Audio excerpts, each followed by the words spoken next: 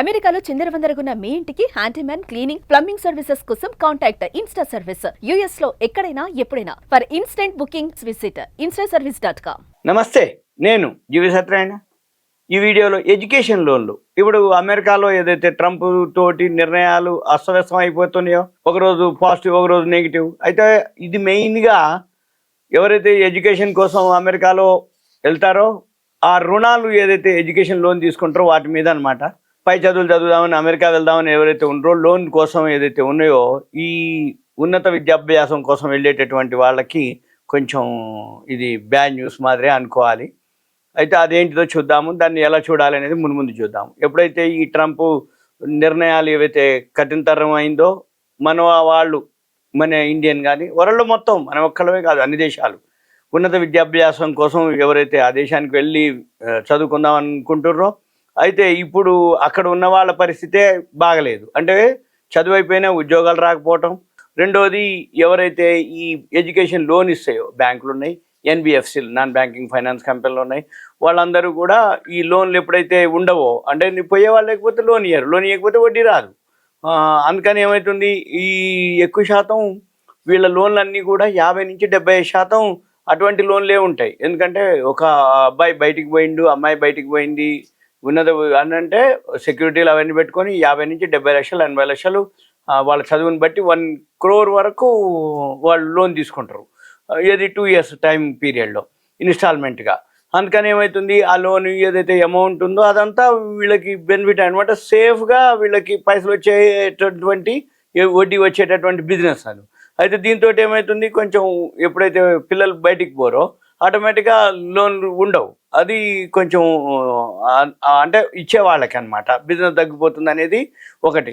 ఒకవేళ ఇంకోటి ఏంటిది, ఇప్పుడు అక్కడ ఏం జాబ్ లేకపోతే వాళ్ళు మళ్ళీ కనుక ఇండియాకి వస్తే మళ్ళీ రీపేమెంట్ కూడా కష్టంగా అయ్యే అవకాశాలు ఉంటాయి అన్నమాట. ఇవి ఇబ్బందులు ఎదుర్కొనే పరిస్థితులు ఇవన్నీ కూడా ఇప్పుడు అక్కడ ఆర్థిక సంస్థలు కూడా ఏదైతే ఈ విద్యా రుణ అంటే కఠినంగా ఉన్నాయి అనమాట. అంటే ఇప్పుడు ఏదన్నా లోన్ తీసుకోవాలంటే ఇవన్నీ ఆలోచించి వాళ్ళు రూల్స్ రెగ్యులేషన్స్ కూడా కొంచెం ఎక్కువ చేయడం జరుగుతుంది. అయితే ఏవైతే బాగా అక్కడ అమెరికాలో ఒకవేళ పోవాలని ఉండి ఇంట్రెస్ట్ ఉండి ఇవన్నీ దాటి కనుక చేసదలుచుకుంటే అక్కడ బ్రాండెడ్ ఏవైతే ఉన్నాయో అమెరికాలో ఏదైతే ఈ సుంకాల యుద్ధంతో ఆర్థిక మాంద్యం రావచ్చు అనేది ఒక భయం.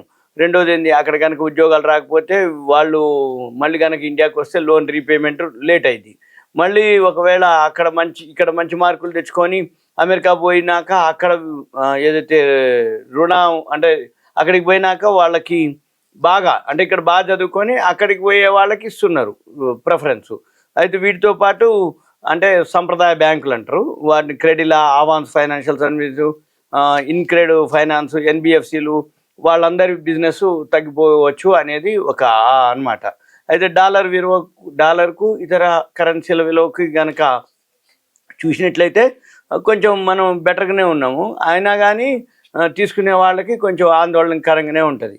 అయితే ఈ అమెరికా పోయే వాళ్ళు ఇప్పుడు చాలా వరకు సగానికి సగం తగ్గిపోయింది అనేది ఇప్పుడు డేటా అనమాట. అంటే అంతకుముందుతో పోల్చుకుంటే ఇప్పుడు విద్యార్థులు ఎవరైతే దరఖాస్తు చేసుకున్నారో లోన్ కోసం వాళ్ళ సంఖ్య సగానికి పడిపోయినట్టుగా ఒక లోను సంస్థ వాళ్ళు చెప్పడం జరిగింది. అయితే దీంట్లో ఓపీటీ అని ఉంటారు, ఆప్షనల్ ప్రాక్టికల్ ట్రైనింగ్ అనమాట.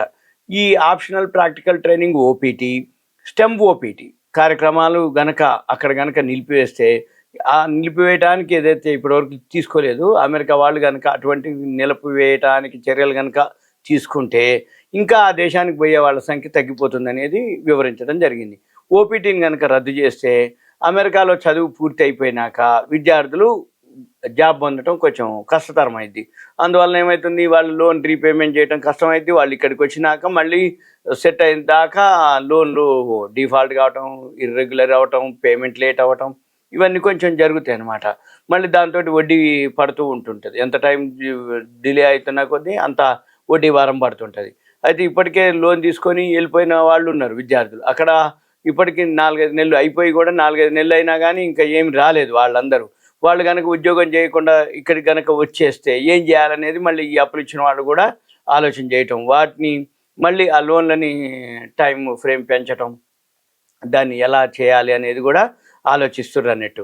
అయితే దీంట్లో ఏం జరుగుద్ది అంటే బ్యాంకులు ఏవైతే 1-2% బ్యాంకుల వరకు, లేకపోతే ఫైనాన్స్ ఏవైతే ఇన్స్టిట్యూట్లు ఉన్నాయో అవన్నీ కూడా కొంచెం ఉన్నాయి, అవన్నీ ఆలోచన. అయితే వీటన్నిటితో పాటు ఏంటిది, మళ్ళీ ఇంకా ఈ చాలామందికి అమెరికా వెళ్ళాలనే ఆసక్తి ఉంటుంది. కానీ విద్యార్థులు ఎవరైతే ఉన్నారో, తల్లిదండ్రులు ఎవరైతే ఉన్నారో ఆచితూచి అడుగు వేస్తున్నారు అనేది ఇప్పుడు బ్యాంకింగ్ వర్గాలు చెప్పడం జరుగుతుంది. ఎందుకోసం అంటే మరి ఒకవేళ అక్కడికి పోతే రిస్క్ తీసుకుంటే ఎంతవరకు రిస్క్ తీసుకోవచ్చు, ఫైనాన్షియల్గా ఏంది, ఒకవేళ జాబ్ రాకపోతే ఎన్నాళ్ళ వరకు మనం సర్వైవ్ అవుతాము, అక్కడ అకామిడేషన్ అనుకోండి, ఫుడ్ అనుకోండి, బ్యాంకింగ్ లోన్ తీసుకున్నా కూడా, ఎడ్యుకేషన్ అనుకోండి. అక్కడ ఇప్పుడు అంతకుముందు పార్ట్ టైం జాబ్ చేసేవాళ్ళు మన పిల్లలు, అక్కడికి వెళ్ళి ఏది పెట్రోల్ పంపులని, సూపర్ మార్కెట్లని, హోటల్స్ అని అట్లా చేసేది. ఇప్పుడు అటువంటివి లేవు. మరి అటువంటివి లేకపోతే ఎంతవరకు వీళ్ళు సర్వైవ్ కావగలుగుతారు, ఎంతవరకు చేస్తారు, కాలేజ్ వరకే పోయి వచ్చి మరి ఎంత ఖర్చు వస్తుంది, ఇవన్నీ కూడా జాగ్రత్తగా అబ్జర్వ్ చేయడం జరుగుతుంది. ఇవన్నీ కూడా వాళ్ళు ఆల్రెడీ ఇప్పటికే ఏదైతే లోన్లు ఉన్నాయో, ఏదైతే లోన్లు ఏదైతే అక్కడ కాలేజీలు ఉంటాయి, అక్కడైతే యూనివర్సిటీలు ఉన్నాయో అక్కడికి ట్రాన్స్ఫర్ కనుక పెట్టాలన్నా లేదా పెడితే ఎట్లా అనేది కూడా ఆలోచన, దాని మీద సంప్రదించే వాళ్ళు ఎక్కువ శాతం పెరుగుతుంది అనమాట. అయితే వీటితో పాటు మళ్ళీ ఏంటిది, అసోసియేటివ్ ప్రెస్ ప్రకారం వాళ్ళు ఏంది, అమెరికాలో 160 కళాశాలలు ఉన్నాయి. దాంట్లో 1024 మంది అంతర్జాతీయ విద్యార్థులు, ఏదైతే అమెరికాలో 160 కళాశాలలో 1124 మంది విద్యార్థుల యొక్క అంతర్జాతీయ వీసాలు కూడా ఆల్రెడీ రద్దవడం జరిగింది. అంటే ఇది మన విద్యార్థులపై తీవ్ర ప్రతికూల వాతావరణం అనమాట, ప్రభావం చూపిస్తుంది అనేది అర్థమైంది. ఎందుకంటే అందరూ ఏదో ఒకటి అక్కడికి పోయి చేసుకుందామని అనుకుంటారు. అక్కడ ఏమవుతుంది, అటువంటిప్పుడు అంతర్జాతీయ వీసా కనుక రద్దు అయిపోతే ఆటోమేటిక్గా లోను రీపే చేయాలి, ఇక్కడికి వచ్చేయాలి, జాబ్ ఉండదు. మళ్ళీ ఇక్కడికి వచ్చినాక ఒక బ్యాడ్ రిమార్కు, ఒక విధమైన సెంటిమెంట్ అనమాట, నెగిటివ్ సెంటిమెంట్కి అయిపోతుంది. అందుకని 2024-25లో మొన్న మార్చి వరకు చూస్తే అమెరికాలో అంతర్జాతీయ మన విద్యార్థులు ఏదైతే ఉందో 11% ఉన్నారు. అక్కడ భారతీయ విద్యార్థులు అంటే ఓవరాల్గా అంతర్జాతీయ విద్యార్థులు 11% ఉంటే మన ఇండియా వాళ్ళే 28% తగ్గినట్లుగా ఈ ICEF వాళ్ళు డేటా చెప్పడం జరిగింది. అమెరికాపై ఆకర్షణ తగ్గి ఇప్పుడు UK, ఆస్ట్రేలియా, కెనడా వంటి ప్రత్యామ్నాయం అంటే వేరే దేశానికి వెళ్దాం అనేది మన ఇండియన్ పీపుల్ ఎక్కడికి వెళ్ళాలి, మన కంట్రీ కాకపోయినా యూకేకో, ఆస్ట్రేలియాకో, కెనడాకో వెళ్ళేసి అక్కడికి వెళ్ళాలనే ప్లాన్తో ఉన్నారు అనేది ఉంది. అయితే అక్కడ విద్యా రుణాలకి గిరాకీ ఉంది. ఏది ఇప్పుడు మనం అనుకుంటున్నట్టు UK, ఆస్ట్రేలియా, కెనడా వాటికి వెళ్ళే వాళ్ళకి అక్కడ రుణాలకి గిరాకీ ఉంది. అయితే అక్కడ ఆదాయం మళ్ళీ ఆలోచన అనమాట, అంటే అక్కడ ఆదాయ పరిమితి ఎంత, ఆదాయం సంపాదన ఎంత, దాన్ని బట్టి ఆ నిబంధనలు ఎలా ఉంటాయి, ఇవన్నీ కూడా కొంచెం ఆలోచించుకొని చేస్తారు. అయితే ఇప్పుడు అమెరికా వాళ్ళ పోవటానికి మాత్రం కొంచెం ఎడ్యుకేషన్ లోన్కి భయంగానే ఉంది. ఇదంతా ఎప్పటి వరకు అంటే ఎప్పుడైతే ఈ ట్రంప్ డెసిషన్ కానీ, ట్రంప్ నిర్ణయాలు కానీ, ట్రంప్ యొక్క మనకి ఈ టారిఫ్లు, సుంకాలు 90 రోజులు పొడిగించడం జరిగింది. 90 రోజులు ఉంది అంటే ఇప్పుడు మే, జూన్, జూలై ఇప్పుడు వస్తుంది.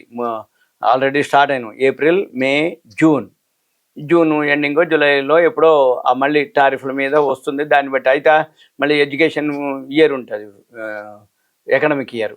మరి అవన్నీ ఎప్పుడు స్టార్ట్ అవుతాయి, ఎక్కడ క్లోజ్ అవుతాయి, ఇవన్నీ కూడా కొంచెం భయంగానే ఉంది. ఎడ్యుకేషన్ లోన్ ఇచ్చేవాళ్ళు, తీసుకునేవాళ్ళు, వెళ్ళే వాళ్ళకి ఇదంతా మీకు awareness, education, information, knowledge purpose మాత్రమే. ఇంకా మీకు ఏదైనా డౌట్ ఉందంటే మీరు నాకు దయచేసి కాల్ చేయొద్దు.